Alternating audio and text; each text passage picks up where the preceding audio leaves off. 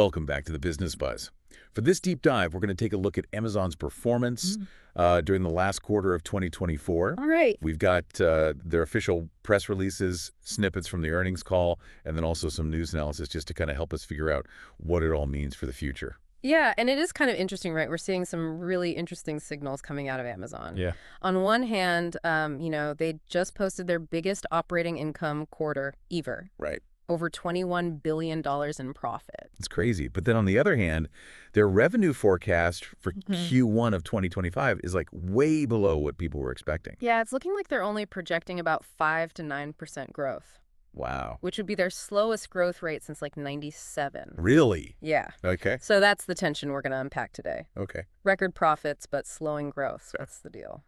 Yeah, so let's get into the numbers first. Sure. For Q4 of 2024, Amazon's revenue was up 10% year over year, reaching $187.8 billion. And then for the full year, revenue was up 11% to $638 billion. Yeah, those are huge numbers, no doubt. Yeah. But you have to look at the bigger picture here too, right? Mm-hmm. We're kind of seeing some signs that the global economy might be slowing down a bit. Yeah, that makes sense. So I think that's making some investors a little bit cautious. Yeah, for sure. But let's talk about those record profits a little bit more. Okay. Operating income for the quarter was up 61% year over year. It's not just like a small increase. No, it's a huge jump. Yeah. And it does kind of make you wonder, how long can they keep this upright? Right. We know that CEO Andy Jassy has been really focused on cutting costs. Yeah. You know, they've laid off more than 27,000 employees over the past few years. Wow. So is this profit surge just a temporary thing because of those cuts, or is it something that's going to last? Right. What happens when there's nothing left to cut? Exactly. And that's what I think investors are really trying to figure out. For sure. So, okay, let's switch gears a little bit and talk about AWS. Amazon Web Services, their cloud computing giant. It's been a huge part of their growth. And in Q4, it was still doing pretty well with revenue up 19% year over year. Yeah, that puts them on track for like $115 billion annual revenue run rate. Wow. What does it even mean? So for anyone who's not familiar with the term annual revenue run rate, it basically means if AWS keeps growing at this pace, they're going to hit $115 billion in revenue over the next 12 months. So it's a way of looking at their future performance based on what's happening now. Got it. And for AWS, that trend is definitely still going up. Okay, so it's good news. Yeah. But I do have to point out that 19% growth rate is actually slower than some of their competitors in cloud computing. You're right. Like Microsoft Azure and Google Cloud. Yeah, both of those are seeing growth that's closer to 30%. Really? So why is Amazon lagging behind? Well, during the earnings call, Amazon said that part of the reason was supply chain problems. Specifically, they mentioned chip shortages as something that's holding back AWS growth. Interesting. So is that affecting their rivals too, or is Amazon just getting hit harder? That's a good question, and I don't think we have a clear answer on that yet. But it does make you wonder if these chip shortages are also slowing down their ability to come up with new and better AWS products and services. Especially when it comes to artificial intelligence. Right. Where those specialized chips are super important. We know that Amazon's putting a lot of money into AI. Absolutely. Billions of dollars into data centers and those really expensive NVIDIA processors. It's a huge investment. So what are they saying about their AI plans? Well, CEO Andy Jassy actually called AI a substantial enabler during the earnings call. But he also said that it might take some time for the full benefits of that investment to show up in their financial reports. So they're in it for the long haul, with AI kind of building the groundwork for what they think will be a major source of growth down the road. Exactly. But here's where things get really interesting.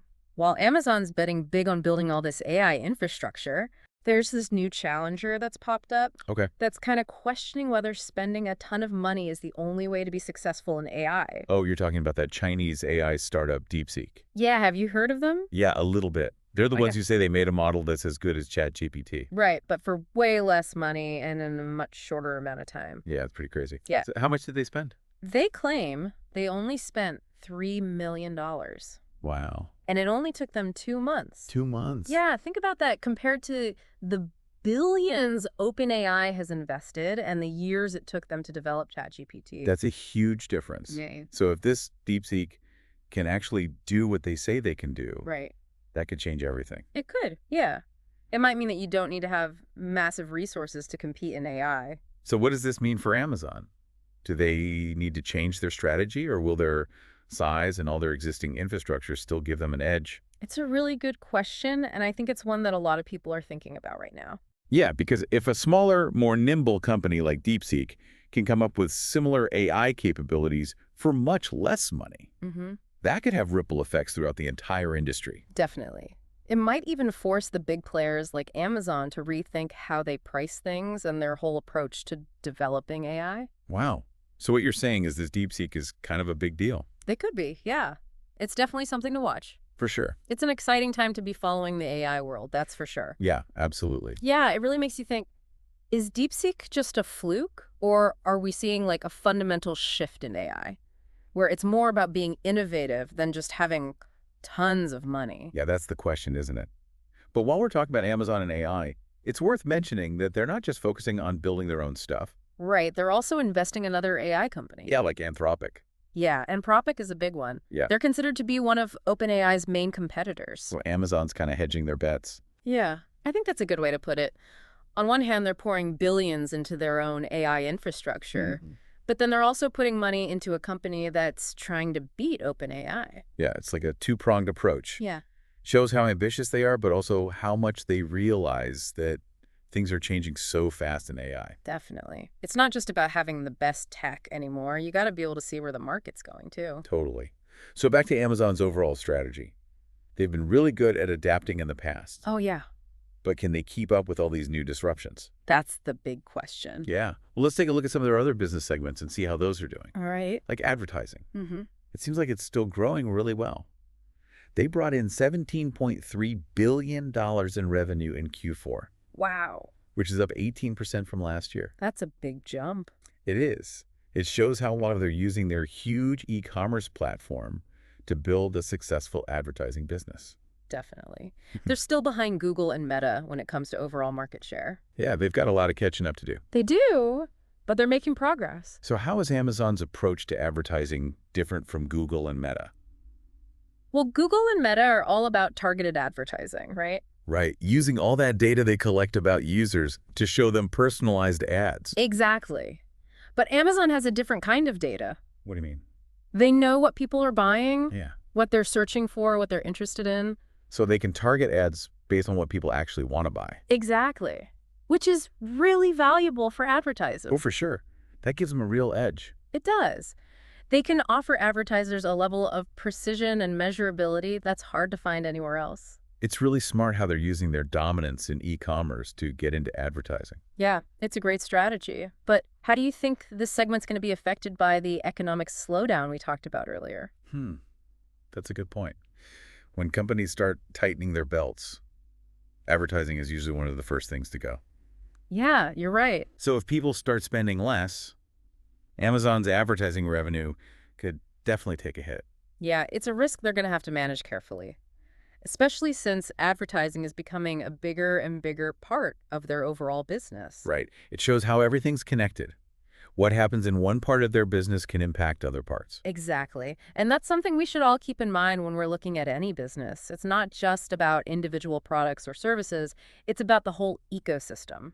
That's a good point. Yeah. And that ecosystem is getting more and more complicated all the time. It is, with all these new technologies and new competitors popping up. And new challenges. Yeah, it's a really interesting time to be following the business world. Absolutely.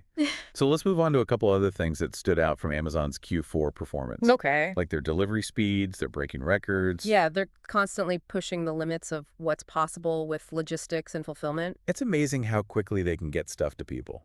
It's definitely one of their biggest advantages in e-commerce. And they've invested a lot in their logistics network. For sure. Warehouses, delivery drones, you name it. They're really setting the standard for fast and reliable delivery. Yeah. And speaking of setting standards, they also had their best quarter for Kindle sales in over 10 years. Really? That's interesting, especially now when so many people read on their phones and tablets. I know it's surprising, but it seems like dedicated e-readers still have a place. Maybe it's the nostalgia factor. Yeah, maybe. Or maybe people just want a reading experience that's less distracting. I can see that. Whatever the reason, it shows that Amazon can still innovate and stay relevant even as the market changes. Definitely. Yeah. So we've covered a lot today. From record profits to slowing growth, from the AI race to the surprising comeback of the Kindle. It's a lot to take in. It is. I'm curious what our listeners are thinking. Me too. Yeah. So before we wrap up, we'd love to hear your thoughts. Yeah, what stands out to you from our deep dive into Amazon's Q4 performance? What are you still thinking about? Take a moment to reflect on everything we've talked about. We'll be back in a few minutes to share some final thoughts. Welcome back to the show. It's been quite a journey so far. We've seen Amazon posting these record-breaking profits, but also that lingering question of, can they actually keep this up in the long run? Yeah, and we've talked about some of those major hurdles they're facing. The competition in cloud computing is really heating up, and then you've got these unexpected players like DeepSeek shaking things up in the AI world. And we also dug into some of their other segments, like that booming advertising business and how Kindle sales are actually making a comeback. Yeah, it's a pretty complex story. So we wanted to hear from you. What are your thoughts? Yeah, what really stood out to you from all this stuff about Amazon's Q4 performance? What are you still thinking about? Hopefully this deep dive has given you something to chew on. That's what we're all about here on The Business Buzz, making you think about the business world and how it's changing. Yeah, because even if you're not like a tech expert or working in e-commerce, understanding these trends can tell you a lot about the economy as a whole. Right. In a way, Amazon's story is like a miniature version of the challenges and opportunities that businesses of all sizes are facing. That's true. They're dealing with new technologies, economic uncertainty, and customers who are constantly changing their habits. And how Amazon handles all of this could be a lesson for other businesses that are trying to stay ahead of the game. Definitely. That's why it's so interesting to see what they're doing. They're always experimenting, trying new things, and investing in the future. And they're not always getting it right, but they're learning from their mistakes and adapting to this constantly changing environment. I think that ability to adapt is their biggest strength. They've shown time and time again that they're not afraid to change direction, embrace new ideas, or invest in things that are a little uncertain.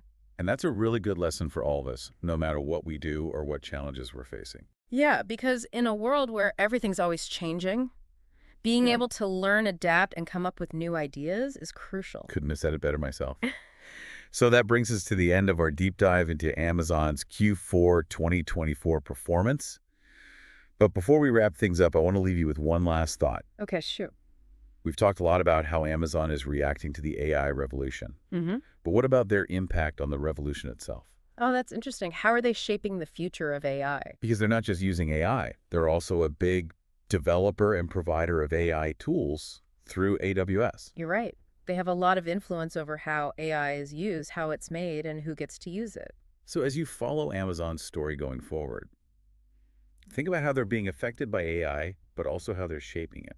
Because their decisions could have a big impact on all of us. Absolutely.